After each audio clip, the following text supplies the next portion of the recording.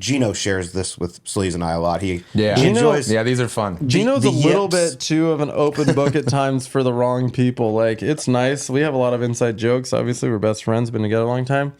And he recently shared that he maybe fires off a text to you two about things that are happening. We've had the punch out yips. We've had the 7-iron yips. The parking yips. Still also with 7-iron yips. Sahith Tegal also has that as well, right? Oh, do you need to change his 7? It doesn't even say 7? It says 8 on it. That's crazy. Yeah. But it's 7 loft? Yeah. It's just a mental, like, I hate the 7-iron? That's crazy. That's how talk. messed up golfers are. Yeah, like, you think that number on the bottom is going to bother you. But he recently shared that he got the autograph yips. Oh, bad. So, yeah, that's tough. I was trying to find the signature on the wall over here, but it's not great. I've never pretended to have a great signature. My handwriting is putrid. Like, you'd think if I hit a golf ball, you'd probably sign your name. Struggle with that whole deal. But, yeah, I got somehow the E. So I do a cursive J that looks okay. And and it gets to the E, and I freeze on the E right now. And I can't get, the pen just stops for a full second. And then it'll go, and it gets a little sloppy there. But that came up. Should try crosshand. Or the claw. I was going to say claw. The claw on your signatures, yeah. That actually Hold it is like a good a idea. crab. You have to change something, because right now, as you're, let's say you sign for 15 or 20 kids after the round in some spots, like, I'm taking twice as long as other guys to get through this line, and it is not pretty either. So that's one that's real. He does enjoy the yips. What else has there been? The 7-iron yips.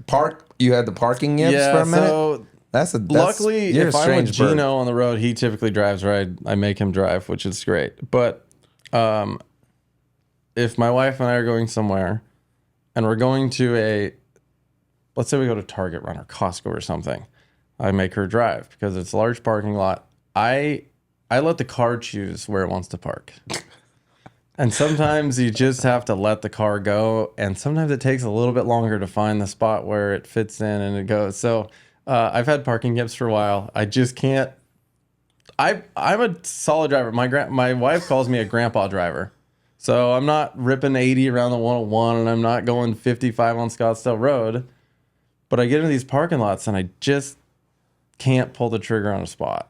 What does that mean? Let the car go where it wants to go when you're driving it. I drive a 17-4 Explorer. It's baller. Yeah, and I've seen it. It's sick. My wife drives a slightly nicer car, but sometimes you just can't pull the trigger on the spot, and you just circle the lot once or twice until you really get safe. Right. It's not. Got to take inventory. It's way better when no one's in the car with me. Although when I pulled in right behind Cole, and it was so much easier. He just pulled in, I just followed the lead, I pulled in next to him, and it was seamless. There's a lot of space out. You're not squeezing in between two trucks. And it's not like I can't fit the car in there. I'm a confident driver. It's just that, sometimes there's a car seat. You have 2 kids. You got to have some room for those. And, you're trying to get the kids in the back seat and the car seat and doing that jazz. So then you got to find the passenger seat with wider room than the other one. And it just takes a little longer. Mm-hmm.